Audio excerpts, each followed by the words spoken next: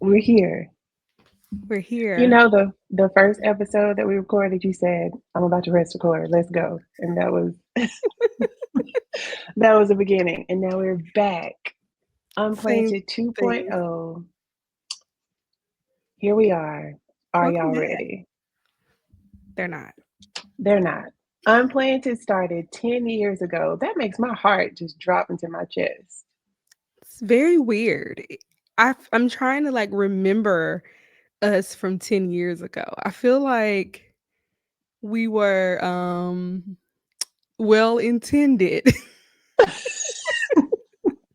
Oh, okay. So, first of all, welcome to Unplanted 2.0. This is the podcast that we started 10 years ago when we were early 30s, Yeah. lovers of the Bible, lovers of the church, and we were little angry birds wanting people to do better, but we did not say it, I would say, in the right way. That's a beautiful way to put it. I think that's Hmm. a beautiful way to put it. Um I think we were too much in the mix of like trying to still fix it in real life and heal from, our feelings regarding church and faith and all of the things that I think it came out real and raw and unprocessed.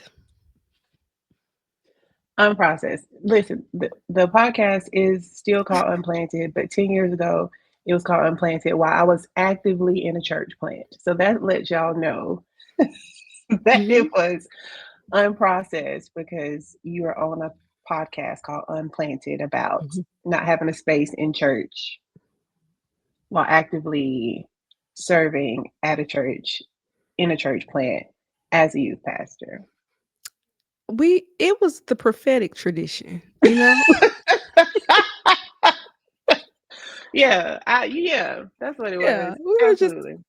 we joke a lot and we say that we're rarely wrong. We're just usually early. So early. So, I think I really do feel like we knew where things were headed. But we We couldn't I did. didn't I personally, I'll speak for me, I didn't always know how to articulate that to people that I see this pattern and I know where this is going to go without sounding like, you know how you watch a doomsday movie and the man got the white hair and he crazy and he's like, the world's about to end. I Right. feel like we were that guy, We you were. know? Oh, that's With sad, better y'all. hair, of course. Much better hair, much better aesthetics. All the things were better, but we were okay. We were screaming out into the void. We have to fix all these things about the church, and we were in the church screaming, and the people were like, "Are they? Are y'all well? Y'all cool? Like, Cause why y'all keep coming back? Y'all go here. just get out." Actually, y'all So we don't have to did. be here. So we did. So we did. I feel like this is gonna be it. Our first episode will be a therapy session. We have a whole plan, y'all, but the fact that we really did, we got out. 10 years later, Girl. we have completely different thoughts, opinions, experiences, and now we want to share them in a more refined, Yes. intellectual way. Absolutely. And I Yeah. think we really want to I think still at the heart of it is we want to speak to people who have been on a journey similar to ours or are finding themselves like at the beginning of that like how do I say this? I always tell people they always a lot of people ask me like, "Did you deconstruct? Like what happened?" And I'm like, "No, I think I just stopped pretending." I don't think I deconstructed. I have always been a person that's like curious and asking questions. I remember I would be listening to sermons and I would be reading the like, when you had to study Bible and it's like the maps and the why did Right. he travel to here? I would be reading that during the sermon because I'm like, how come you ain't talking about none of this? Like, I was so curious about that. And so I think for a very long time, I was just like, pretending like I was okay with never talking about all of those things. And now at, nearly 40, I'm like, "Hey, listen. This is what I want, this is what I need, this is what I desire." and I also want to give other people permission to say it's okay if that's what you want as well. Perfect. Yeah. I feel like for me, because I was inside of a church plant specifically, also working there, serving there, being Yeah. a youth pastor there, I felt like I had to, I guess, taper down things that I wanted to say. But then I felt like, oh, I'm on the inside now. So, yes, I can taper down for the outside people in here. Surely I can say the things that need to be said and help fix the things that need to be fixed. Turns out it don't matter where you are inside, the structure of a church. It is what it is. We have an It episode is. later that has a great title that I won't reveal. No But spoilers. if you want to fix a church, fix yourself. It gives seek first the kingdom and the rest will be added, and you got to seek him first, and he's going to do the rest with church because the church is what it is and where it's going to be, Yeah. It's an unfortunately. institution, you know? It's an institution, and I think, institutions run institutionally. They want to they wanna fit like a certain paradigm, and I think anytime Yeah. you, like, buck against that, especially something that's as old as the church, it Yeah. feels like you are I mean, sometimes it feels like you're a heretic to some people, and I think sometimes it just feels like you're being disrespectful. Um, and so yeah, like it is hard. Like we were in like kind of two different spaces. You were in a church plant. I was in 100-plus-year-old church.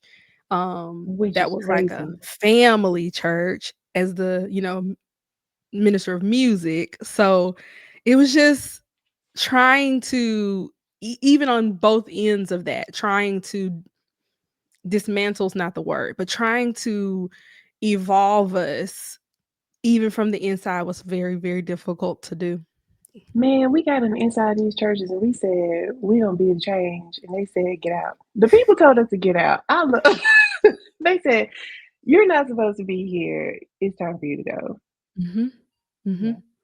Well, Yeah. okay, let's tell people who we are since we have said that we were inside the church and we can just let them know how we got there and all the things. First of all, y'all, we are cousins We that did not know are, we were cousins until we were basically adults. basically. Then we discovered we were cousins and we were both Bible nerds, and we were like, yes, we have this thing that connects us. Let's talk about it. So, my name is Tushar Janae. I am a licensed professional counselor, therapist for my day job. My all the time job is I'm a creative. And Whitney is making me say this. I'm also a licensed minister and ordained pastor, and I worked as a youth pastor for 3 years of my life, and we loved it and we left it. But now we're doing ministry a different way, and we love that too. So that's me. And I just turned 39, y'all. It's Don't you getting look good? almost 40, and black don't crack, and we love that for me. We love it. That was a beautiful intro. Thank you. Beautiful. I love hearing all the things about you. Yes, we are cousins. It's so funny. We'll have to tell y'all the story of how they tried to make us friends, and we were like, "No, thanks." Uh, Uh-uh. but it was inevitable, you know? It was inevitable. But I'm Whitney Hall. I am a journalist, communications person by day, and I would say I'm an artist, kind of like all around. I'm a musician, a photographer, a filmmaker, anything artsy, I like to do it. And also a huge Bible nerd. I spend probably 60% of my week studying, researching, uh, delving into things about the Bible. So that's me. I've been a church kid my entire life. I actually liked going to church. It was my favorite thing to do growing up. If you would have asked me what's your favorite thing to do? I would have said going to church because I was a church kid. And because I was a singer, like it made it even better. So, that's that. I did not know that you liked going to church. Loved it. I loved it. Loved it. Really? Everything about it, I loved it. I was today years old. Well, let me just speak for me. I did not like going. My mama told me about how to read by reading the Bible, and I went to church and said, "This is not for me." Hated it Yeah. for the longest until I think I became a teenager, and then I was like, "God is cool. Jesus is great." The church. they need a little work, but I'm gonna still go and see what they're talking about. And then I got my 20s and I think I liked it then. But Yeah, I did not know you liked it as a kid. I I love that for did. you. Loved it. I was, Bible bingo champion 3 years running. I was very serious about Oh my vacation Bible God. school, what the BTU Congress, all of the things. I wanted it all. I loved it. I Really? did. I did. Girl, we made the little macaroni arc at the vacation Bible school, and I Mm. told them I ain't even want to do that. And you was out here at the Bible And I was champion. out here trying to make people learn to pledge allegiance to the Christian flag, okay? Do you know your parts? Now when I got to become a teenager though, that's when I was radical. Okay, I had the little Mm, Bible at school. I was telling everybody they needed one. I started United Teens Ministries, and we was out in the garage singing the worship yes. songs, and I was preaching, and I would have a great time as a teenager. It was just She's a minister. I was out here I love that. I love doing it. my So, yeah, best. little fun fact. Now we're learning things because 'cause we're We new are. cousins. We still don't know things. We still don't know Who things. knew? That's crazy. So we're here, y'all. The podcast is called Unplanted. This is Unplanted 2.0 because we started 10 years ago. Still saying that is crazy. When Crazy. we were, what, early 30s, 29, trying to Mhm. change the things in the church. And now we're on the outside, just doing it different. Yeah. So, welcome to our first episode. This is probably going to be my favorite because the title is wild. You said it.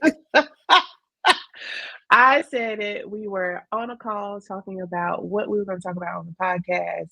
And, we were just in friendly conversation. And I said, Whitney, the people are on holy crack. And she laughed. And then we decided that was going to be the first episode. So, welcome to episode one entitled Holy Crack. Holy crack! Because Holy y'all crack. are on Y'all on it. the pipe. Y'all are on the spiritual pipe. And we want y'all to go into recovery Mhm. expeditiously, Mm. suddenly, actually. Come on. So, Holy Crack is about the emotionalism and sensationalization that happens at church services, church conferences, revivals. What's the new things they do? Midnight musicals. Girl, Never mind. I'm gonna pull back because we just got here. Um, all the things all where the you things. go and the spirit be high, and then I mean y'all be doing good for the 3 days after. And just like a Sure. drug, just like a drug, then you crash. And then you're looking for the high again. And so you're at the next conference thing, and we keep this cycle, and it gives holy crack. It's giving holy crack. And Whitney Houston said, crack is whack. She did Okay? say that. She did. She said And it. as a fellow Whitney, I would like to agree with her. Crack Crack is is whack. whack. Get off. Okay? There are ways for y'all to get off the crack. The first way is obviously going to be to read the Bible. We're going to talk about that later because y'all don't want to do that. Y'all just want to go be on the holy crack. Mhm, mhm. Mhm. You you know, I will be honest. I'll be honest. Like I said, I've been in music ministry my entire life. I love a good music service. Like, I would love a service. I'm sorry to the people who used to go to church with me. I used to love a service where we would come to church and the spirit be so high, like we be singing and it'd be so good, and the people be, you know, shouting and falling out, and the pastor be like, I ain't even gonna preach today. Those were my favorite Sundays. Okay. Sorry. I love the Bible, Sergeant but I Pastor. love those Sundays. I was like, thank the Lord, you know, because I got to do my favorite thing. I got to sing. I got to, watch. I was a kid. I was laughing. People were doing a lot. And I got to the back snacks quicker. This was great for me. I was like, yes, give me the orange juice, give me the crackers. This is great. Skip that sermon. We didn't need it. However, you know, however, at this point in my life, I can understand and I can be honest and say that a lot of those moments were manufactured. A lot. there were some moments, and I can say this with all sincerity. Yes, there were some moments where, like, yes, spiritually, we connected with God, but there were a lot of those moments that were manufactured, and I think that is my hesitation, my fear for people who are like chasing this high is, especially in this day and age, so much of what you are experiencing in a conference, in a church service, is a manufactured production. Wait, we just gotta pause and let that sit. Because the people don't know. So when you're inside of what's going on, you don't know that a lot of things are production. So, as we'll say spectators, as the people who in the audience who come, of course you're coming expecting and looking for something, as you should. Okay, let's just be clear. You should go to Right. conferences and things expecting to receive something. But also, if you don't get what you think you need, that doesn't mean that nothing happened. Right. But also, we should also not be manufacturing these moments because we know that people are there to get what they need. Right. Right. Right. And it's It's very hard. hard. It's hard. It's really hard on both sides because I've done everything in the church. So on the praise team, it would be like, okay, we're at rehearsal and you're practicing your run and you're practicing what part of the song is going to, amp up and then what part is going to lay down and who's going to pray at this moment and what they're going to say and then what spontaneous song you're going to sing after they pray and they say suddenly you start singing something that, you know what I'm saying? All that is a thing. And, it's our fault, honestly, for allowing these things to happen, but also it's like you feel, I don't want to say pressure, but like we have to give these people something instead of relying on Holy Spirit to do it. It's like, but I know when they hit that chord, the people gonna start hollering, so we gonna hit the chord so the people can holler because they here for the crack. Right. They asked for the crack. So who am I not to provide it? Not Who you a am spiritual I? drug dealer. Oh, wow, I was many years. Um, and what's crazy about it, so funny that you say that because when I was very close to like leaving my church, the thing that like the persistent thing I kept feeling was like used. I felt like, and this is crazy to say because we say in the church world like I want to be used, use me till I can't be used anymore. No thanks.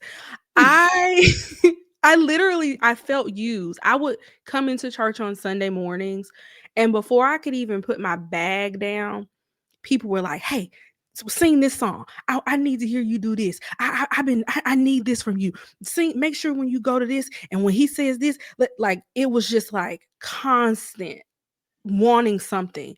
And so yeah, then it felt like pressure. It didn't feel like the time that I had been spending with God throughout the week that I was able to then bring that and share that with people. Because I took my role in music ministry very seriously. Like I would be before God, like, what do you want your people to hear this week? What do you want me to say? But then I would get to church and it was like, here's the agenda. This is what we want you to say. This is what we want you to do.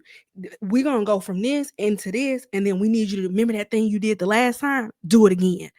And so, yeah, it did feel like I was a little bit of a like drug dealer in that they wanted the reaction that people gave the last time. And so then here I am, knowing what God is telling me, but I'm like, sorry, Lord, I'm going to sing this the way I these gotta give the people people have things told me what. to. Listen, and they feel like you can't do it, so I gotta do it for them. Yeah. Yeah. That is so unfortunate. Yeah. I'm not a spiritual drug dealer. That was just Whitney in the That was music. me, child, just me. But I Just remember me. being in like ministers training and they'd be like, you need to be able to preach to an empty room and get no reaction so you can know that, you know, you know what you're doing. And you get up somewhere on a Sunday and you really, you telling the truth. Like, I know I'm saying what I need to say. I know it's Mhm. biblically sound, all the things, and the people are staring at you like, Yeah. why are you not hooping? Why are you not like Mhm. hyping us up? I used to be devastated. Yeah. Like, I'm like, the people just looking at me and blinking, but I know, like, I know I'm doing my big This is one. good. This is a word. People were like, no. You're And like, I "I have used to been to be the like, mountaintop. What is wrong with y'all?" the Lord told me this, and y'all looking at me like I am insane. And I used to be like, okay, so what do I do now to, get that reaction? I used to do like props and videos and all that, like a whole thing. And the people at the end, they'd be like, oh my God, it was so good. And I'm like, because I had to like create all these extra things for y'all. Girl, I made a t-shirt on stage one time. I'm up there like weeding out stuff, present to make With the my point cricket. clear. Wow. To make my point clear. Yeah, and I Because think otherwise, attention spans are at an all-time low. to your point, like, I think that's why sometimes a piece of me feels bad for some of these, like, ministers that people go in about their elaborate, examples, and I'm like, because I think there is, in a lot of church spaces, a pressure to perform, like, there just Mhm. is, and people, they want to come and get the high. Like, that's why they come. That's how we get these every few years there's a church that becomes the it church. Now, it's that church over there with them numbers. Don't say And the I numbers did church. them numbers. I'm not going to talk about it today. Today. But it We will is, get there. oh, we shall. It is, it's that pressure to get in, even when they think they're not getting a performance. There is still an element that's drawing them there that's like, "Oh, I like this because it's raw. I like this because they use these big examples. I like this because they got the best coffee bar." Like, it's always an Something. addendum to the spirit. Like, the spirit is never enough. I was just And about to say, what do we do when we realize God is not enough? So right. what y'all gonna do? Because He's not enough. In these moments where we feel like there has to be goosebumps, chills, all the things to feel His presence, when Yeah. we all know it's omnipotent, omnipresent, all the things, omniscient. But if you don't feel it, then it's like He's not there. So how do we combat the fact that people feel like they have to feel in order to be with God? Mm. Because you're not gonna feel something all the time. You're No. not. We're On not both supposed to. sides. Right. Yeah. I I don't think know that what to means that our indicator that God is with us has to become something else. that's good. But then, I always go back to people also on the holy crack. You're also seeking a word, you're seeking like some sort of validation, some sort of confirmation, some sort of clarity. And if we read, we see he does not operate like that. And when I say that, people always get like, how dare you snatch his power from him, or, his methods. And I'm not. But if we read it, it's Abraham, go there. That's all we got. That's it. Go there. And Mhm. then, once you move, then clearly that's what happens. But if we're always looking for spelled out, clarity, feelings, then we really take away the foundation of the faith, which is He's sovereign, He's in control. Yeah. But we try to be in control to make sure that we feel okay, Mhm. which is the opposite of why we're here. The opposite of why we're here. The exact opposite. Yeah. And Yeah. I think it's just like when you read the word and you see that God is always speaking, then you don't have to rush into a service wondering if God will speak to you. You don't have to. He's always You know. speaking. But also, if you rushing into a service looking for him to speak to you and you don't know what he says, and somebody is going to falsely, and you're going to think Mhm. it's prophetic, then you're going to be seeking after a word that is not even biblically sound. And then you're going to be looking crazy when you find out that it's not. And built whatever your hope was on this false word. And now you're mad at God and he had nothing to do with it. Girl. Because how I mean, we both, I'm sure you know people, I know I do, who have built their life on a word that they received. Like I know people who have moved to other states because of words about husbands and jobs and things. And then they're destitute. And I'm like, what was that really the will of God for your life? And it's not funny, but it's It's also not. like, But also, back to the Bible, we always gonna go back to the Bible. If somebody's giving you a word and they are not giving you scripture behind it, mhm, run just go.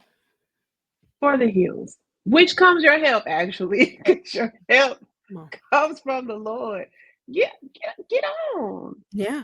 But Yeah. that's biblical illiteracy when you just take whatever somebody says, Yeah. and then they could tell you a Bible verse. They could tell you cleanliness is next to godliness, and then that's not in the Bible. But like Mhm, you mhm. base your ideology off of this thing somebody said, and Yeah. then find out, oh, it didn't even. That's not even real. Right. Right. But I think that happens to so many people. I think because like you said, they're going to these spaces like, "I gotta get a word. I gotta have this feeling. I need the goosebumps. I need the big production to know that God is speaking to me." And so then they'll latch on to anything. Anything sounds like a good word. Like the usher being like, "Sit to the left." They'll be like, "Yes, I knew God told me to go left." Girl, that's where the seat was available. Like, Will you please? if everything's a sign, nothing's a sign, you know? Absolutely, Like, truly. I But then just you miss the real signs because you went to the left, right? Let's say you did, because he can work all things, and you sit by the person, and then that person does give you a word, but the word is contrary to what you already wanted, because you go in mhm, there with a desire, and they give mhm, you actual Bible, and you say, "I shouldn't have said over here," because she right. a hater, and Mhm, that is doubt and negative, and it is against what I came here for, and I'm not gonna take that. yeah, Now you yeah, messed up. and that is I think that's just where my heart breaks in this, like, season that we're in the church and in the faith is that I'm watching so many people running after this high. And like you see it because they become like serial conference goers. You know, for a few years my friends and we were going to a church conference together for like 3 years. I think we went 3 years in a row. By year 2 I was over it, but these were my friends so I would still go. I was It don't really take over us it. long to be over it. I was really over it after first year. Let me not lie. Um but the second year, I was like, "Let me just give it another try." By the 3rd year, I was watching the cameras because, again, I'm a journalist and a filmmaker, so by the 3rd year, I was looking around and just watching the cameras. I was like, "Ooh, that's a nice light." Like, that's just where my brain was because I was not in it. But what I started to notice by the 3rd year is that I will say in year 1, this was the first year of the conference, people were coming and I felt like there was like a genuine desire to seek God. By year 3, it was like, this is the cool place to be. Mm. Would be on their phone during praise and worship. They were taking selfies. Like it was such an odd atmosphere to me. And then I started following some because we would meet people and we would follow them on social media, and I would see they would be at every conference that was happening that year. You know, Miami, they be in Houston, they be in Tulsa, they would be in New York, like every conference that was happening. And I was like, Oh, this is like me with concerts. 'Cause, Oh, that's a good way to put it. it's like me with concert. You Yes. know me and you, we will fly out to a city for a concert. Everywhere. Period. Like, let me really like somebody, I'll see you 3 Uh-huh. times, and I'll zip Absolutely. here and there, and, like, I'm wearing the merch, but I don't know that's it's gonna serve Hold the on. same. Hold Mhm. on. Because we got to dissect this. Because honestly, well, one, I want to know, okay, if you're here and if you're listening, you're a serial conference attendee. I want to know why. What is, what exactly are you trying to garner from going? No judgment. I'm just not a conference person. I Mhm. just, like, I really got to be interested and I really got to want to spend, how much ever time, how much ever money to, and I know I'm going to learn something. I'm not going to feel something like, what knowledge can I gain from here? That's fine. But to go to multiples, because we all, it's all the same guy, same Bible. And all these songs starting to sound the same now too. So No, it's always the same songs too. They at it's the one of the same chords for conferences me. Because can we switch up the chords? Because every time y'all start a song, I should not think it's something else, and it all be the AT, same I just song. can't keep doing, like, I just We'll get to it later. moving on, moving on. We'll get to it. I just Yeah, want to know what is the purpose here? Because also, if you're going to a local church or your own church online, whatever, if you're doing that, if you're actively seeking God, you have this relationship that is flourishing. The conference is all the time. I just want to know what's the yeah, reason here. yeah. That's a great question. I think that's a really good question to pose. I don't I would probably suspect that a lot of people don't really know, but I am curious to know why, like, if they have a reason as to why they go. And for me, I think what became very interesting is that all of the conferences have the same people. And so they just kinda, like, cycle around to each other's conferences, and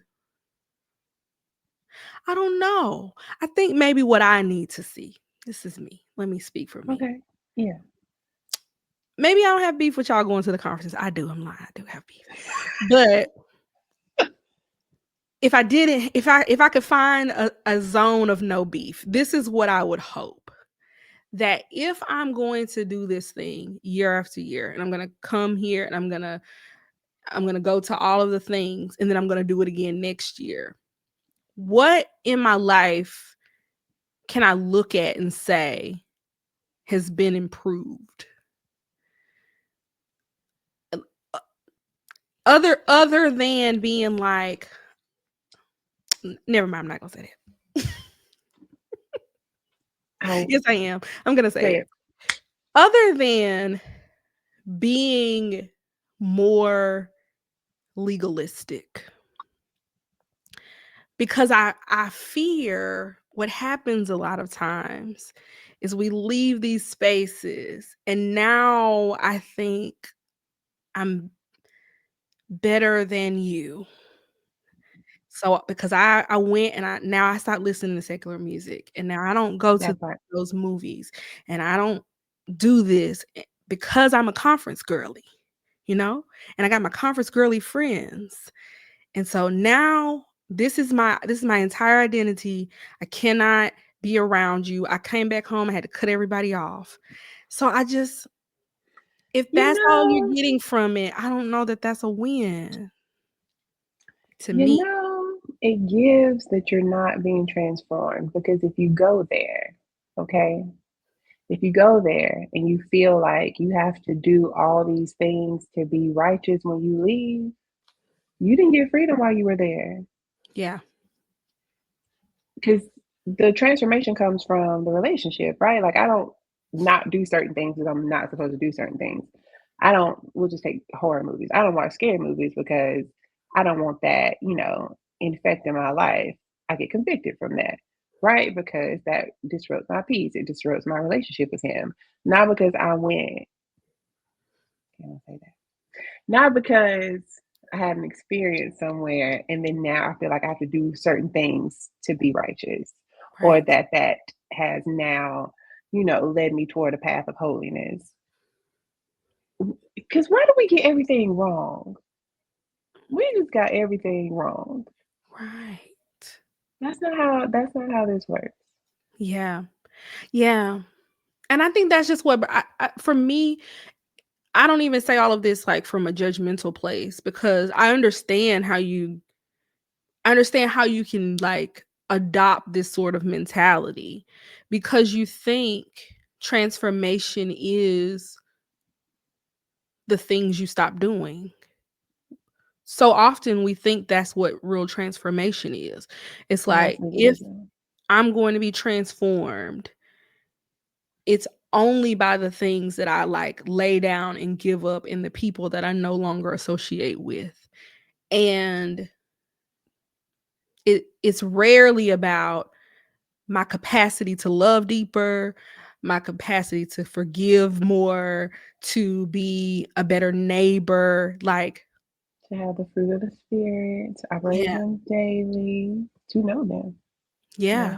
To know yeah, him, actually. We leave out that personal relationship and well, I don't like quiet time. What am I trying to say? Personal We leave out spending time with God yeah, as the main key here.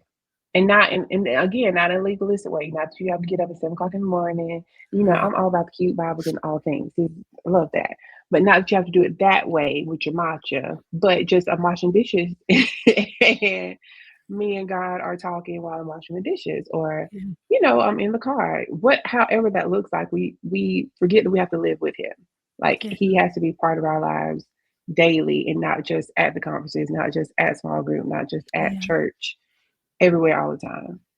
And we yeah, don't live with Him. That's why it's so easy to get caught up in the holy crack. I don't need crack if I already have everything that I need. If I already yeah. experience Him on the daily, I don't have to go searching for a high.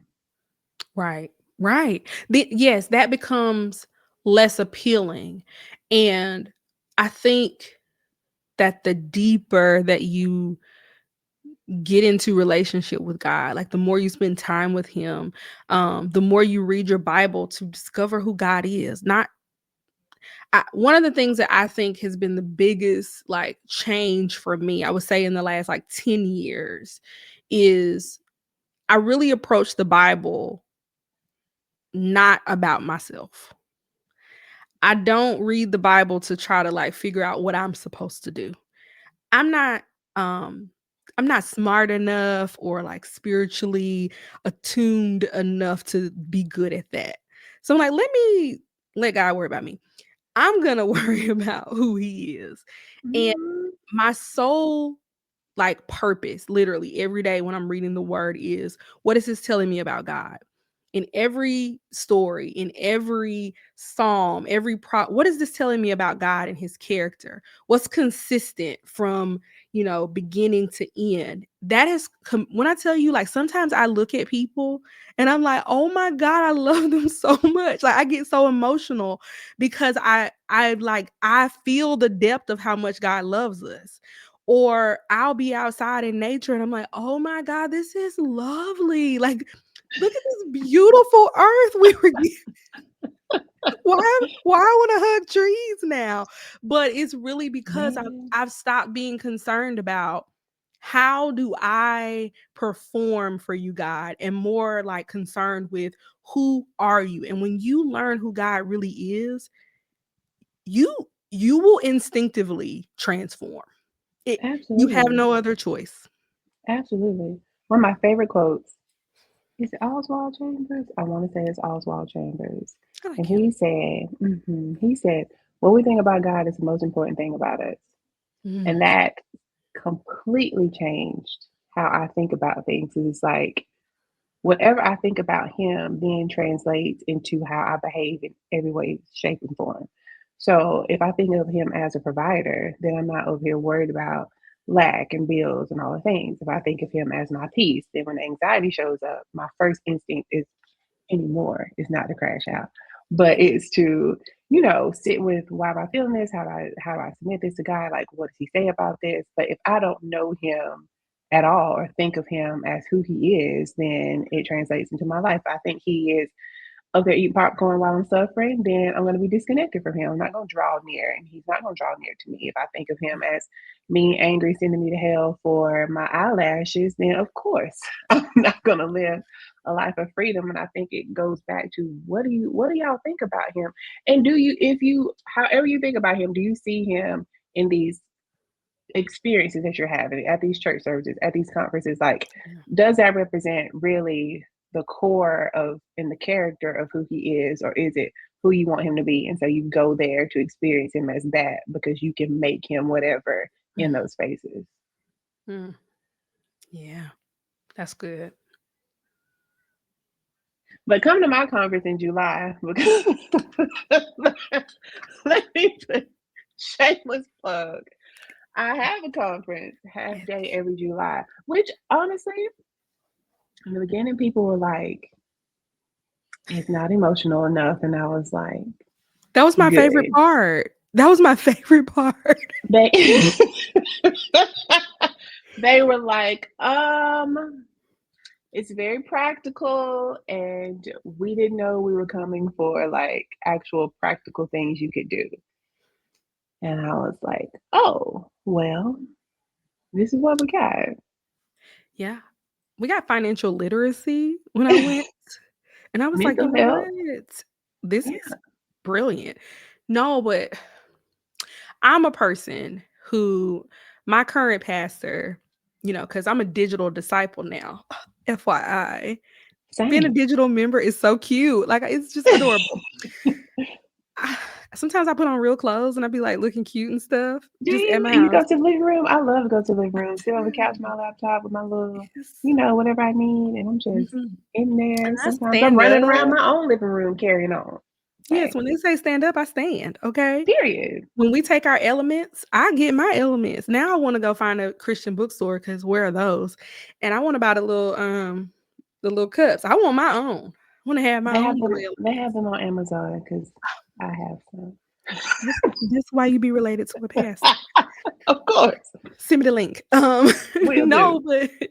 but seriously, like, I think the thing that I really, really love in this, like, season, and my pastor always, says this, and this is why I've been so enjoying this, like, digital discipleship. He's like, "I want you to bring your mind to church." I think so often we have Mhm. been encouraged to leave our intellect out of our faith, and I love bringing my mind to church. Like, I like when I have to, like, process, the meme where the, like, formulas are running across? I love when I Mhm. have to do that, like, I'm reading a passage or he's preaching a passage and I'm like, "Where are you going? Like, where is this going?" I love those moments because I think that I don't want to serve a God that wants me to ignore things, that wants me to just be like, "This doesn't make sense, but just, if you just slide that to the side, it's alright. We're just working with this right here." I don't wanna serve a God like that. I want a guy who will say, "Hey, listen, the earth is ghetto, and sometimes it doesn't make sense. That wasn't me, okay? I need you to know that was not me." And so that I can be like, "Okay, like, cool. Now I know that's not your character. That is purely us as humans." I need that. And some people don't always need that, but for me, I do, and I love that I can bring my mind to church, and I encourage people, like, turn your brain back on. It's really okay. Turn your brain back on at church. All the way up, okay? And we might have to turn our desires all the way down at the church. That is the problem. Yeah. A lot I'm also a digital disciple, but a lot of part of the reason why people don't like the pastor that I particularly listen to is because they say he's too intellectual. It's too much Mm, thinking. I can't do all that. Baby, you need to do all that. That's why we're here. Okay. We need to think about all the things and not be afraid to think about the things. 'Cause yeah, let me tell y'all, thinking outside of whatever theological construct you have is not going to destroy your theology or your relationship with God, if anything.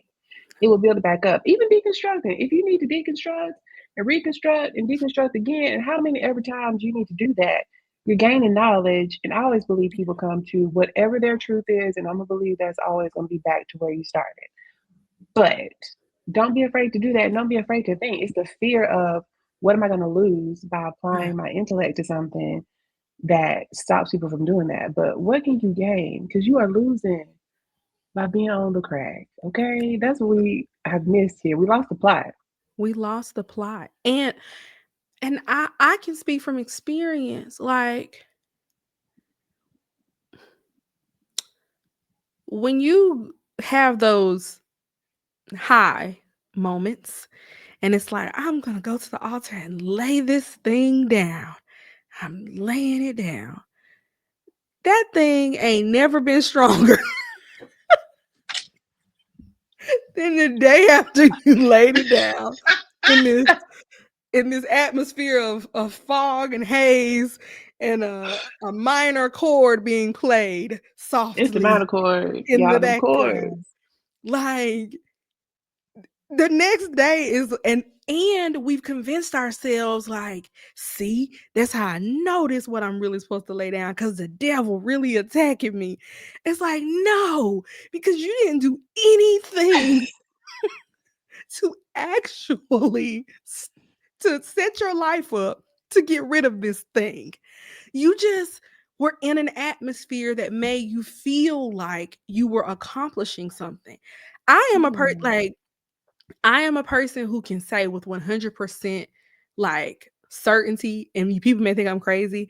I had two wrecks back to back, and I had like a super bad pain in my neck. I can attest God healed me from that pain. Like I prayed about it. This man at this service prayed for my neck, and he was like, "All right, move your neck." And I was like, I remember being like, "What you do to me?" I was so mad. Why was I mad that I was healed? I was so mad because it was the least sensational moment ever. He Mm. literally just walked over to me and was like, "Hey, are you in pain?" And I was like, "Yes. Why?" Stop talking to me. He prayed for me, and I'm telling you, my neck has never hurt again. So I am not a person to say like that God can't do the miraculous. He absolutely can. This was after church. It was nobody was playing a minor chord anywhere. See, what is so wild? Same thing. New Year's Eve, 2023. I had terrible sciatic pain. Was living Mm, around here, around the city. I was calling myself the Hunchback of Huntsville. Okay, because I was tore up, couldn't hold my purse on my left side. Now I'm leaning to the right because it's over. It was a lot. We were at church. And I was like, I'm tired of hurting. And the man was talking about healing. I said, look, we gonna see if this works. Because I can't be living into 2024. Not gonna do it. Nobody touched me. Nobody said anything. It was a clear, I don't want to deal with this anymore. God, please heal me of this. I'm tired. Whatever. No tinglies in my leg, side, nothing. We just left and I was like, oh, I'm not living anymore. yeah. And then I got in the car and said, well, I'm gonna sit in the car. It's gonna hurt because it used to hurt to sit in the car, right? I got home and like prepared myself to drag myself out of the car. And then I just got out of the car. And my friend said, how you get out like that? I said, not me healed. And then that was Girl, it. that that was was like it. that was it. And so all of this to say, yes, God is capable of doing the miraculous, of you laying something down and it not becoming a problem for you. But if you feel like the only way you can get that is in these heightened moments, I think you have to question like we asked earlier, is God enough? I think that's And our main question today. yeah, Is God enough? And if he's not, then what can you do to make him enough? yeah, yeah, Yeah. That's, you know what, we did our big one because that is a we great question. did. It's a great question. I That's think a it's a question you we have to had, ask yeah, every day. yeah, truly, yeah. And what Every am day. I doing to overcompensate? Like, God, if you're not enough, what am I searching for? What am I giving myself? what am I doing to take the place of you? Or Mm, what do I feel like I need to add? Like what supplements need to go with you in order for it to be enough? yeah, yeah, That's gonna be my new question for every morning. yeah. And And that's not to let you always be enough for me. I don't need no extra. That's y'all can I have don't it. listen, I don't I it's so funny because, like, it's been what, 3 years that I've been out of music ministry. It's so funny, like, I remember I was 10 years old. I may have been 9, but I think I was 10.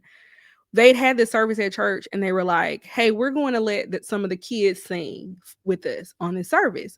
So it was like we had just started a praise team. So I get up there, it was me, it was this guy that was our one of our little kid drummers, a couple other kids. We up there, I was singing our little hearts out. They gave us solos. We was like, "Oh, this is so cool. Look at us on the stage with the grown people," because we stand in the pulpit. That was new. Yeah. That Sunday, my pastor turns around afterwards. He's like, "The kids did so good, didn't they?" And we're like, "Yes, we did. Yes, we did." He's like, "Whitney, you want to be on the praise team?" I did not. I wanted to say no so bad. I was like, "Yes." I have been on a praise team since that moment. Never not on some sort of praise team in a group, got to college, sang in the gospel choir. I was exhausted. I told people, I said, if I worked for the post office, y'all would be throwing me a retirement party. I digress. It has been 3 years that I have not been singing or, like, in charge of worship, Mm. and me and God have had some of the best, like, worship sessions of my life. I'm like, "God, you are so much better when I am not having to perform for your kids." That is so Love sad it. though. Like anybody that I know who has left ministry, me, who has left ministry, left church, left whatever, it's like, man, you really get to experience God when you're not working for Him. I hate that. I hate that it has turned into we Yeah, can't also experience Him while, um, like helping others experience Him. Then right. we don't get that because we're putting so much effort into making sure everybody else is good. We Yeah. should not be this free leaving these folks churches now. I'm That is not talking okay, guys. skipping down the road. Like, the first Sunday that I woke up and I didn't have to go to church, I thought I was gonna be sad because between Tashara and I'm probably more of the confrontational cousin. Yeah. Um, so let's just say I didn't leave, like, with a letter and a card. I left with Mhm. a bang. Um, so That man is crazy. I thought that I was gonna be like, "Oh, I'm so sad. Like, this is sad." I was like, "This is the best day of my life." Let me tell you, because you get your okay, people have to understand though, when you leave a ministry, you don't just get Sunday back, right? Like you get Saturdays back, you get a weekday back. Actually, you get every day back because there's always a text message, a thought process, a something to do. So you get more than just a Sunday. So on the Sunday, yes, you feel relieved because you had all this other freedom. And it's like, and man, I also do not have to commit this amount of hours to today. I went out last night, had a great time, and now I can lay in this bed and Preach, have preacher. clear thoughts and peace because I don't have to deal with all the things that come with the work of ministry. Yes. Yes, yes, and more yes. And that's Yeah, not to say that working in ministry is not a beautiful thing. Like, it's I wonderful. I felt like I did some good work in ministry. Like, Yeah, the 26 years that I did it. I really that's actually insane when you are 38. You think 38. 38? That's insane. Yeah. Like, I told you, if I worked for the post office, people really would be giving me a retirement party. I feel like it was beautiful. However, I think back to our premise of this entire episode, when you think about, like, this search for this high, and on the back end feeling like you have to deliver that, and so then it becomes more and more performance. It becomes more songs to learn, can't sing the same song week after week, have to make sure the words are on the screen, have to make sure that we have a song for every moment of service. There has to be pre-songs, there has to be songs for when the people are coming in, when the people are going out, songs for the like it's everything's a moment. It's exhausting. It's Yeah. just exhausting. And at the end of the day, I I'll speak for me. I never felt like I watched a lot of people transform. Ooh, I feel like people got meaner because it was so much that is rough. That hurts to be on the inside and not see what you're there for. Like you're there to see people transform. What I love about therapy, and I always tell people, I remember when the person first comes in, I don't know what kind of brain I got, but like the very first session you have with me, always remember. And then when people improve, I'm like, I remember when you were, here the first time, and then now look at you. Like that's how it's supposed to be at the church with the people who work there, with the people who come. And sometimes it's just ritualistic. We're just there because it's Sunday. And also, guys, we in the South, okay? So Sundays you go to yes. church. This is what you do. It's part of Everybody. just your life, okay? And it becomes this ritual, and it becomes legalistic. And again, we lose the plot because if you're not being transformed, where is God in that? And Yeah. clearly, again, not enough. Yeah. Yeah. Yeah. So I would encourage anyone who is on either side, audience member or serving in ministry, like take an evaluation, like really, like we're saying, like, do you feel like God is enough? And I think one of the bravest things you can do as a person in ministry is to take a sabbatical. Because I always tell people, like, I'm just on a break. Like, Mhm. I've been singing my whole life. I'm never going to never sing again Yeah, and completely not be in music ministry. But the next time that I decide to be in music ministry, I can guarantee you that I'm not going to let anybody pressure me out of an authentic expression to God. I'll never do that again. absolutely. And I think when you take your sabbatical from the conferences, but also if you're working in ministry, you take that break and that pause, you don't see that as quitting and don't see it as you're giving up. Like God fills you up so much on a Mhm. break. Like you will come back ready to do whatever it is and probably in a better space to lead, in a better space to receive because you have like taken space away and to hear from him. And then you really do learn if he is enough. I felt like whenever the church that I was working at, it closed, but whenever it did, but there was so much damage and all the things, I was like, I'll never go back to ministry. Like y'all can have it and goodbye. But realizing that is what I'm supposed to do and that God really is everything to me. I'll go. I mean, when I started going back to church, I was like, I didn't think I'd ever be here again. I'll eventually probably work at a church again, who knows? But it's knowing that even in these experiences, because he is enough and because I know he transforms and he changes and he frees Yeah. and he heals and all the things, I'll never walk away from it completely. And you've got to really come to that space of if I did not ever have another conference, where would me and God be in my life? If there is not no church open, what would that look like? And because I live with him every day, it's like, man, now I do have to go into spaces and, offer him to people because I believe that that's true, not because there are smoke machines and the lights are off at the churches now. Turn the lights back on. We're begging you, y'all, We turn can't the see. lights back on at the church. I can't see and I want to see what's going on. And How turn can the I smoke read my machines Bible off. with And bring fog your in my Bibles, eyes? get a paper Bible and take it to the church. And that's gonna force them to turn the lights on. 'Cause, oh my gosh, We really are nerds. y'all, this is for real. We don't be playing. Listen, It's our real life. I keep that thing on me, okay? Period. Period. Y'all are Why are y'all playing. letting us talk? Why are y'all letting us talk? Nobody should let us talk.